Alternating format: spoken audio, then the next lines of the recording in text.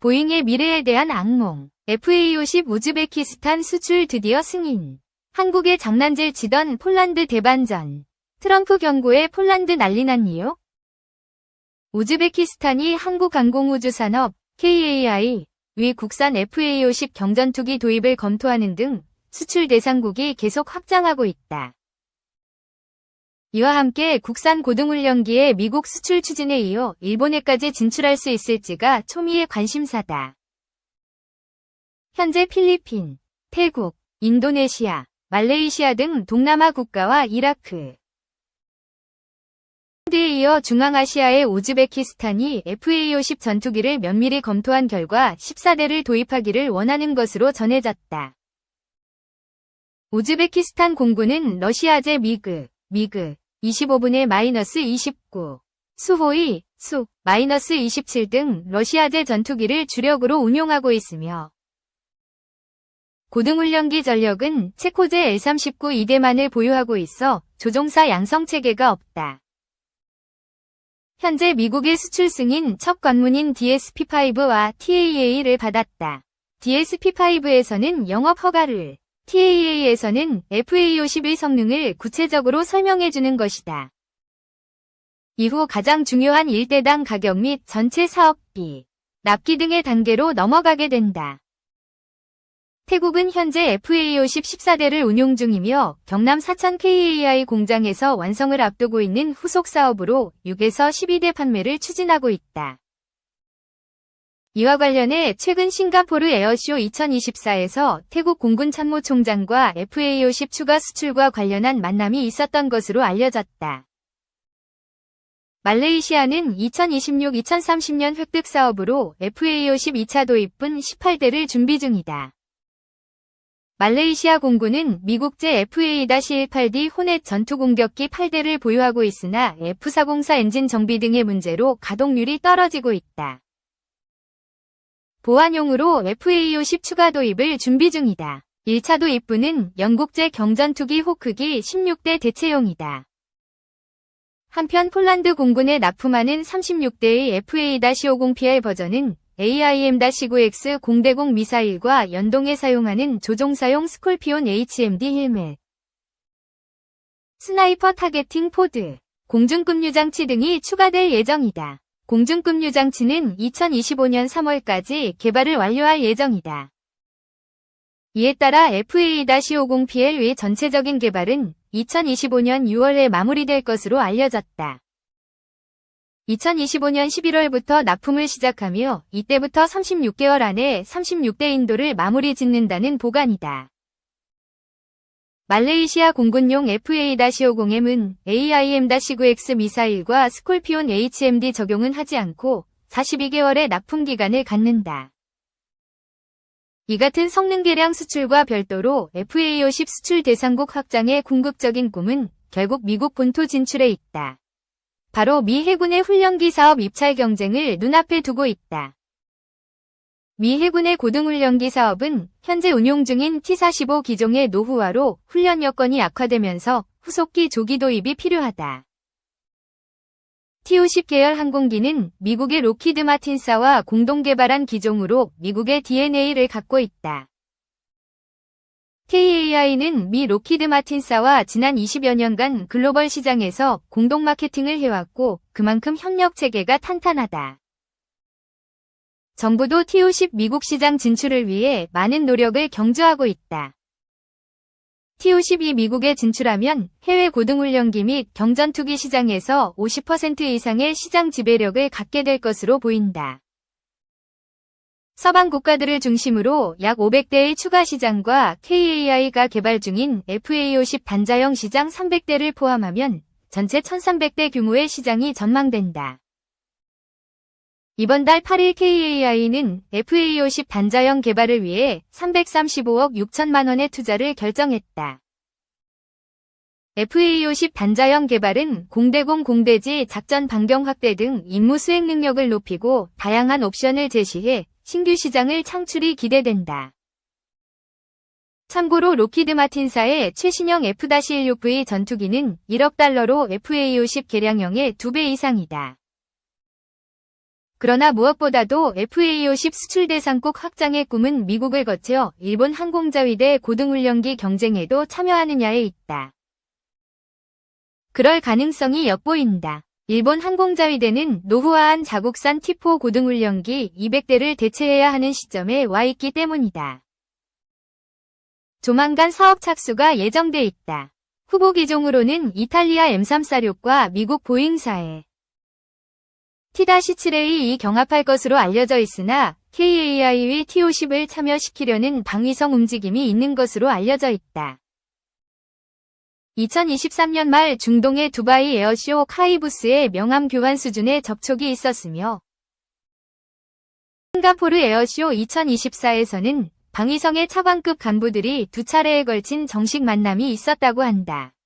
물론 기본적인 설명 수준이긴 하다. 만약에 T-50이 일본 고등훈련기 제작사로 최종 선정된다면 전제 조건은 미국 록히드 마틴사가 제작하는 기체가 될 것으로 보인다. 2. 지축 흔드는 K9 천모 화력 대비 태세 업그레이드. 육군 25 보병사단 포병여단이 포술 경연대회를 성공적으로 마치며 화력 대비 태세를 한층 끌어올렸다. 여단은 지난 9에서 10일 예하 부대 주둔지에서 포술 경연대회를 개최했다. 대회에는 여단 예하 4개 포병대대와 직할대인 천모 사격대가 참가했다. K9, K55A1 자주포, KH-179 견인포, K239 천모 다연장 로켓 등의 장비와 300여 명의 장병도 투입됐다. 1일차에는 전포 사격 지휘 2개 분야에서 개인 평가가 이뤄졌다. 2일차에는 탄종과 신관에 따른 사격 재원 산출을 포함해 통신장비 AS-992K 설치, 개통 임무 등을 추가해 임무 수행 절차 일체에 대한 팀 종합평가가 진행됐다. 대회에서 장병들은 그동안 갈고 닦아온 주특기 능력을 뽐냈다. 사격 임무 수행 절차에 따라 포반 단위로 신속 정확한 포수를 선보이며 하나로 단결된 팀워크를 과시했다. K방산위 대표주자인 천모평가를 참관하면서 더욱 첨단화한 대한민국 육군의 화력 운용 능력도 실감했다. 대회에 참가한 한영주 대위 포대장은 이번 대회를 통해 자신에게 주어진 임무를 충실하게 수행하는 것이 강력한 화력을 발휘하는 원동력임을 느꼈다. 적이 도발하면 더욱 신속하고 압도적인 화력으로 응징하도록 정기전술 연마에 더욱 노력하겠다고 말했다. 여단은 앞으로도 실전적 교육훈련을 통한 숙달된 화력전투 능력을 바탕으로 현행 작전 중심의 군사 대비 태세를 확립해 나갈 계획이다. 3. 우크라. 러시아가 ICBM 발사, 주장, 대륙간 탄도미사일이란. 볼로디미르 젤렌스키 우크라이나 대통령이 러시아가 우크라이나를 무기시험장으로 사용 중이라고 말했다. 젤렌스키는 21일 아침 중동부 도시 드니프로에 가해진 공격을 두고 속도, 고도 등 모든 특징이 대륙간 탄도미사일에 부합한다고 말했다. 러시아는 이번 공격에 대한 의견 요청에 응하지 않았다. 몇몇 서방 관리들은 해당 미사일이 실제로 대륙간 탄도미사일인지 의심하고 있다. 다만 만약 사실로 확인된다면 국가 간 분쟁에서 대륙간 탄도미사일 ICBM이 사용된 것은 이번이 처음이다. 그렇다면 대륙간 탄도미사일이란 무엇이며 왜 이 무기가 그렇게 중요할까? 대륙간 탄도미사일 ICBM은 이름에서 짐작되듯 탄두를 매우 먼 거리까지 발사하도록 설계됐다. 미사일마다 독립적으로 유도 가능한 탄두를 여러 개 장착할 수 있으므로 다양한 목표물을 타격할 수 있다. 1957년 8월 소련이 세계 최초로 ICBM을 시험 발사했다. 현재는 러시아 외에도 미국과 중국이 지상 발사 ICBM을 대량 보유하고 있으며 영국, 프랑스, 인도, 이스라엘, 북한은 그보다 소량을 보유하거나 잠수함 발사 변종 미사일을 보유하고 있다. ICBM은 탄두 탑재량이 비슷한 다른 탄도미사일보다 사거리와 속도가 우수하다. 대륙간 탄도미사일은 사거리 5,500km 이상으로 정의되지만 사거리가 훨씬 긴 미사일도 있다. 21일 러시아의 미사일 발사 장소는 남부 아스트라한 지역으로 추정된다. 러시아 ICBM의 사거리는 1만 km가 넘는다. 따라서 이 지역에서 발사된 미사일은 이론적으로 미국 동부 해안까지 도달할 수 있다. 러시아가 드니프로 공격에 RS-26 루베즈 미사일을 사용했다는 추측이 있다. 이 미사일의 속도는 시속 24,500km로 초당 약 7km에 달한다. 탄도미사일이라고 불리는 이유는 로켓으로 추진되어 대기권으로 높은 궤적, 탄도를 따라 올라간 뒤 목표물을 향해 무동력으로 하강하기 때문이다. 이 궤적으로 인해 탄도미사일의 속도가 빨라지나 또한 훨씬 평평한 궤적을 그리는 저속 순항미사일보다 요격이 훨씬 까다롭다. ICBM에는 핵탄두 또는 재래식 탄두를 탑재할 수 있다. 하지만 21일 발사된 미사일에 핵탄두가 탑재됐다는 조짐은 없다. 우크라이나 공군은 해당 무기가 큰 피해 없이 타격했다고 했지만 피해 규모나 사상자 정보는 따로 언급하지 않았다. 러시아가 ICBM에 얼마를 지출하는지는 알려지지 않았지만 미국의 지출 규모는 알려져 있다. 미 국방부는 지난 7월 최신 센티넬 ICBM 프로그램을 승인했다.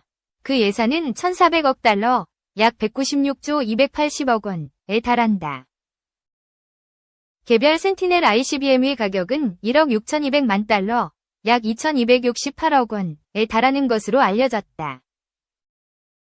어떤 기준으로 보더라도, 어떤 국가라 하더라도 엄청나게 비싼 무기다. ICBM 발사가 사실일 경우 러시아가 지금 발사한 이유는 우크라이나 전쟁은 러시아의 전면전 개시 이후 1000일 이상 지속되면서 꾸준히 격화되고 있다. 러시아 쿠르스크 지역에 북한군이 배치되면서 분쟁은 한층 더 심화됐다. 해당 지역은 2024년 8월 우크라이나군이 1000km 이상의 영토를 점령한 바 있다. 아마도 그 영향으로 바이든 대통령이 처음으로 러시아 영토 내 표적에 대한 에이테크임스, ATACMS 미사일 사용을 허가한 것으로 보인다. 이제는 영국, 프랑스의 스톰 섀도우, 스칼프 미사일도 러시아 내 표적을 향해 발사됐다. 러시아는 우크라이나가 자국 영토를 공격하기 위해 장거리 미사일을 사용할 경우 상응하는 대응을 공언한 바 있다. 도널드 트럼프 대통령 당선인이 백악관으로 복귀할 준비를 하는 가운데 이처럼 긴장이 고조되고 있다. 트럼프 당선인은 24시간 안에 우크라이나 전쟁을 끝내겠다고 공언했지만 그 방법은 밝힌 바 없다.